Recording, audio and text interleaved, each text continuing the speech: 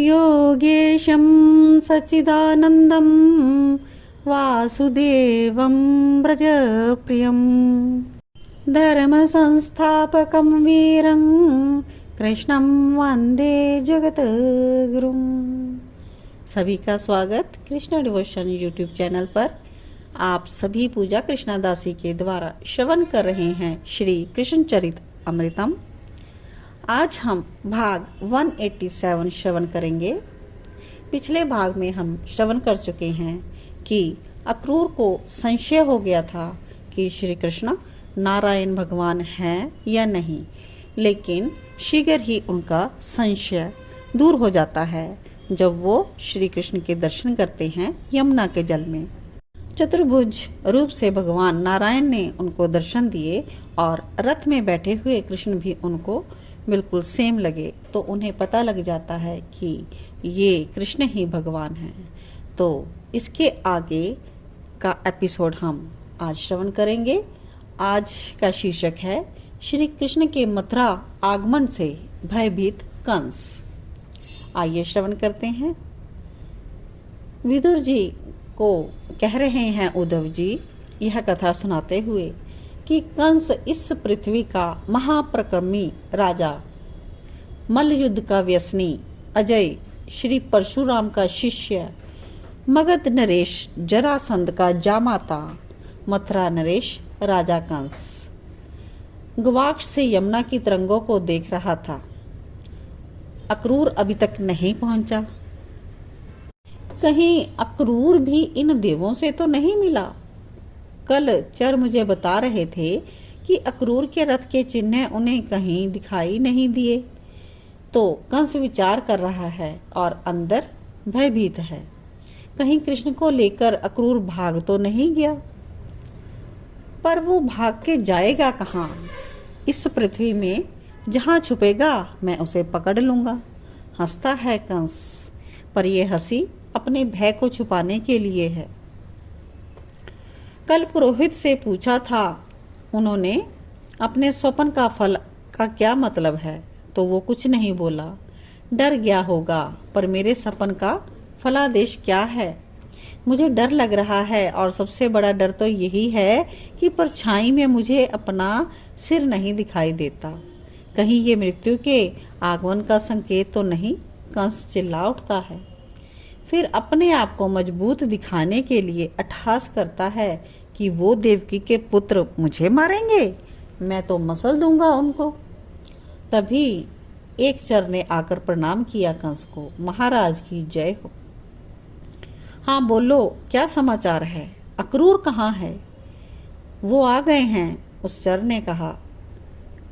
क्या प्रसन्नता हुई या डरा कंस? डरा। उसके साथ समस्त ग्वाल बाल हैं, ब्रजराज भी, और कुछ बैलगाड़ियां भी हैं। चलो अच्छा हुआ, जाओ तुम।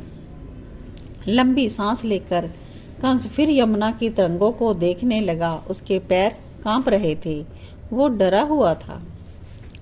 तो इसके आगे अगला सीन है। संध्या की बेला है। मथुरा के राजपथ पर कई बैलगाड़ियां दौड़ रही थी आज, जिसके कारण धूल का गुब्बार मथुरा के नभ तक पहुंच रहा था। ब्रजराज ग्वालों के साथ मथुरा पहुंच गए थे। मनसुख पथ में दृष्टि गड़ाए हुए है। उसे पीछे कन्हैया का रथ नहीं दिखाई दिया, तो वो पूछ रहा है कन्हैया कहाँ है? मथुरावासी सब देखते हैं बैलगाड़ियों को, आपस में हंसते हैं। आ गए वृंदावन वाले।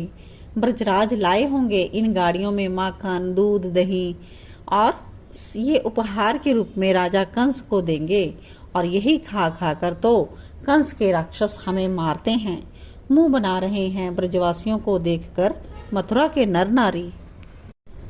तभी वो देखो आ गया हमारा कन्हैया। मनसुख और अन्य सख्या प्रसन्नता से ऐसे उछल पड़े। अक्रूर का रथ आया। कन्हैया रथ से उतरकर सीधे अपने बाबा के पास गए और मनसुख आदि सब सखा श्री कृष्ण के साथ। हे ब्रजराज जी, मेरी अभिलाषा है कि आप मेरी कुटिया में चलें, वहीं पर रहें, वहीं से भ्रमण और मेला दर्शन सब हो जाएगा। अक्रूर ने ब्रजराज नंद से विनती की। श्री कृष्ण ने तुरंत अक्रूर को मना कर दिया, नहीं काका, यमुना के किनारे ये उद्यान हमें अच्छा लग रहा है, हम सब यहीं रहेंगे। क्यों बाबा? अपने नंद बाबा को देखते हुए पूछते हैं। यहाँ पर कक्ष नहीं है, बस उद्यान है, आप लोग कैसे रहेंगे यहाँ? अक्रूर के माथे पर चिंता साफ दिख रही थी। काका, हम वनवासी लोग हैं, हम वन में ही रहना पसंद करते हैं, हम यहाँ पर प्रसन्नता से रहेंगे। संध्या से कुछ घड़ी आगे ही समय गया था। अक्रूर, मेरा लाला ठीक कह रहा है, हम सबको यहाँ स्वतंत्रता का अनुभव भी होगा। लाला, सूर्य अस्त हो रहा है, मैं यमुना स्नान करके संध्या करके आता हूँ। अक्रूर, तुम निश्चिंत होकर अपने घर में जाओ, हम यहाँ पर प्रसन्न हैं। यमुना जाते जाते नंद बाबा अक्रूर को कहते चले गए। अक्रूर अपने भवन की ओर चल दिए। मनसुख कन्हैया से कहता है, भूख लगी है मेरे को। ये आपके लिए महाराज कंस ने भेजा है। एकाएक बहुत से सैनिकों ने उस उद्यान को घेर लिया। ये क्या है? श्री कृष्ण पूछते हैं। फल, मिष्ठान, पकवान, सुंदर सुंदर व्यंजन, ये सब आपके लिए महाराज कंस ने भेजा है, आप रख लें। कंस के सैनिकों ने कहा, ठीक है, आप इसे रख दें और जाएं। क्यों बलदाऊ भैया? दाऊ जी यमुना स्नान करके आए थे। हाँ, और क्या, तुम सब सैनिक चले जाओ, हमें आवश्यकता नहीं तुम लोगों की। बलभद्र जी ने कहा, आपकी सुरक्षा के लिए ये सब हैं। सिर झुकाकर वो प्रमुख सैनिक बोला, हमें क्या होगा, और हम ब्रजवासी हैं, अपनी सुरक्षा स्वयं करना जानते हैं। क्यों श्री दामा? श्री कृष्ण हंसते हुए श्री दामा से बोले। पर सैनिक माने नहीं, वो सब चारों ओर से उद्यान को घेर कर खड़े ही रहे। नंद बाबा आगे संध्या करके सैनिकों को जब देखा चारों ओर सुरक्षा में खड़े, तो गदगद हो गए। भोले ब्रजराज जी अपने सखाओं से एकांत में कह रहे थे कि मैं अकेला आता था मथुरा तो कोई पूछता नहीं था, और आज मेरा लाला आया है, इसलिए कंस भी इतना आदर कर रहा है हमारा। नंद बाबा ये कहते हुए गदगद हैं। श्री कृष्णा बोले, बाबा भूख लगी है। तो सब सखा बोलने लगे, हाँ हमें भी भूख लगी है। हाँ हाँ, माखन रोटी तेरी मैया ने रख दिया है, तुम सबके लिए लाओ, हम वही का भोजन करेंगे। उसी मथुरा के उद्यान में बैठकर सब ने रात्रि का भोजन किया और रात्रि विश्राम भी वही किया सभी ने। तो इसके आगे अगला सीन है। तो उधर कंस को सपन आते हैं।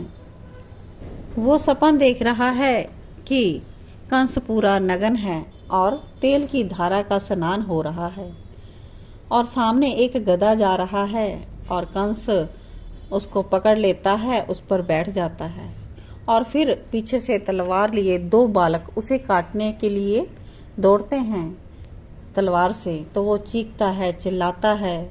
कंस कहता है, कौन हो तुम, क्यों मारना चाहते हो? वो कहते हैं, हम देवकी के पुत्र हैं, वसुदेव के सुत। मामा, वो बालक इतना ही बोलते हैं और तलवार से। तो ये सब देखते हुए कंस का सपना यहीं पर टूट जाता है। फागुन का महीना, कंस जब उठा सपन में तो वो पसीने में नहाया हुआ था। वो कांप रहा था, उसको समझ में नहीं आ रहा था कि क्या करे, कैसे मरेगा वो देवकी का पुत्र। वो तो यहीं आ गया है मथुरा में।